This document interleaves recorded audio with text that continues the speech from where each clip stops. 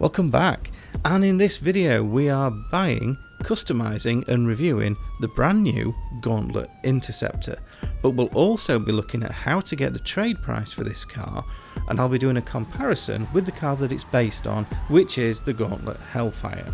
So that's quite a lot to get through, so let's get straight into it. And first off, I have to apologise for being a little bit late with this video. There were two main reasons, if I'm being honest. The first is we had some in real life stuff to deal with. I'll not go into detail, but just imagine the casino setup from the podium robbery, but in real life. Yeah, grim. And the second reason was this.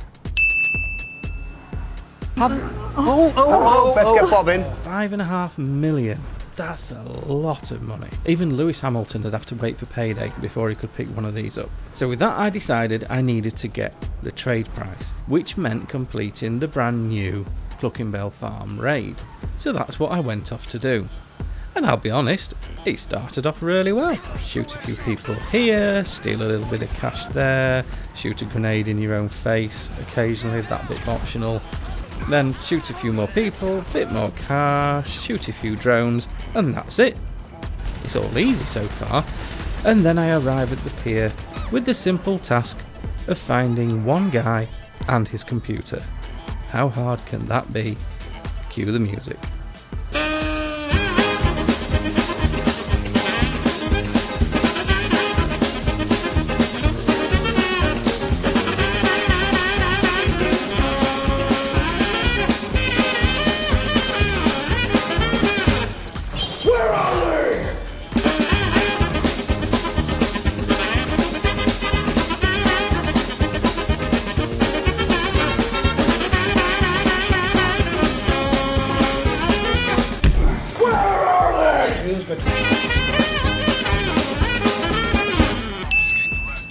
So I finally found them, and with a bit more shooting aside, I end up with the trade price on this little beauty. And if you want a full rundown of how to do the heist, check out Dead Man Down Under. He does some really good mission guides. But anyway, back to the car. I've now got the trade price on this thing, and my god, this thing is fantastic.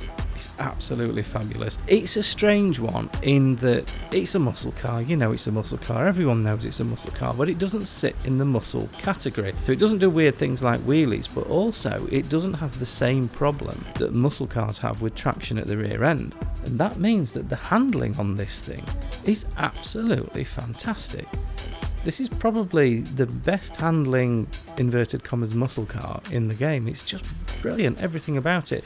Speed, handling, turning, everything about it is fabulous. And now that I have the trade price, that gets me 1.4 million off the cost of this car.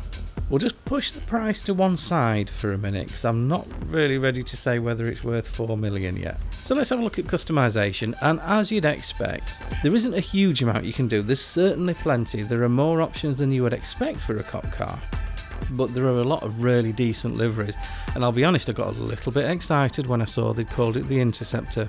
I thought they were going to go all Mad Max, and I thought I was going to be able to get the Pursuit livery. So I can't pretend I wasn't disappointed when you can't get that, but there's a good selection of liveries, and it is just a really good looking car. So at this point, I turn back to the price, which is a lot. And factor in that there is another version of this car that is less than half of the cost of this one, and that's the Gauntlet Hellfire. So at this point, I dragged out my Hellfire to do a lap in that to see if I could compare the two. And they couldn't feel any more different. The only thing the Hellfire has going for it over this is the top speed, which you'll see as we go through the top speed test. So this, if you're new to the channel, I drive a measured mile as quickly as I can, do a little bit of simple maths, and that gives you a reliable, achievable top speed that you can achieve through traffic.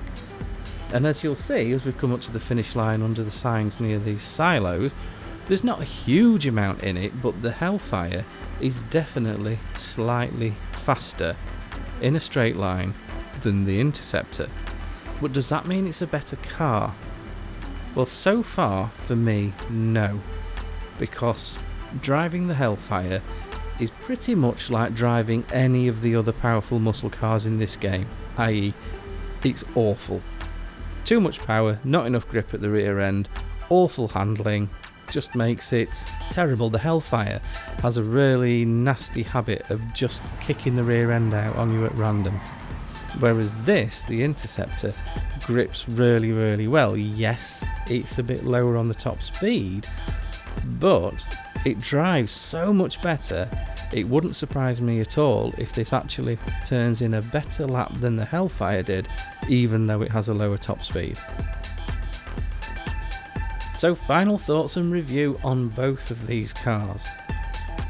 The Gauntlet Interceptor is an absolutely fantastic car. It's easily, in my view, one of the best cars in the game. The top speed is superb. You'll see when we come to the lap time that this one turns in a really, really good lap time. It handles well, it looks cool, it's different, it's got a lot going for it. The only downside is that price, because it is eye-wateringly expensive, especially if you don't go for the trade price. And you must always go for the trade price, because you have to do the first of the Clucking Bell Farm missions just to unlock the ability to buy it. So if you're going to do the first one, you might as well go back and do the others. So the big question, is it worth 4 million? And the only answer I can give is it depends if you've got the money. So I've been grinding this account for a while, so I've got plenty of cash. So for me, I think it was worth the 4 million, so I would give it a buy. And if you have the spare money, definitely buy it, you won't regret it. It's an absolutely brilliant car. However, it's not one that I would recommend saving up for. This is one that I think you should come back and buy when you've run your businesses for a while and when you've got a bit of cash in the bank. And as we come around this corner here, you'll see that this pulled in a 913, which is almost as fast as the Emirates. But how does that compare with the Hellfire? Well, as you see here, the Hellfire is over 10 seconds slower. That shows you the difference handling makes on these cars. So the Hellfire definitely faster in a straight line, and in my view, because the Hellfire is actually a relatively cheap car considering it's a new one, that's worth a buy as well. But don't think you're getting two versions of the same car. They're very different, they drive very differently. The Interceptor, in terms of the drive, is easily the best drive of the two. So my advice, if you've got the money, I'd say get them both if you don't have them already. And you can see here where they both sit, with one of them being particularly high up on the lap board. So I hope you enjoyed that video, and I will see you in the next one.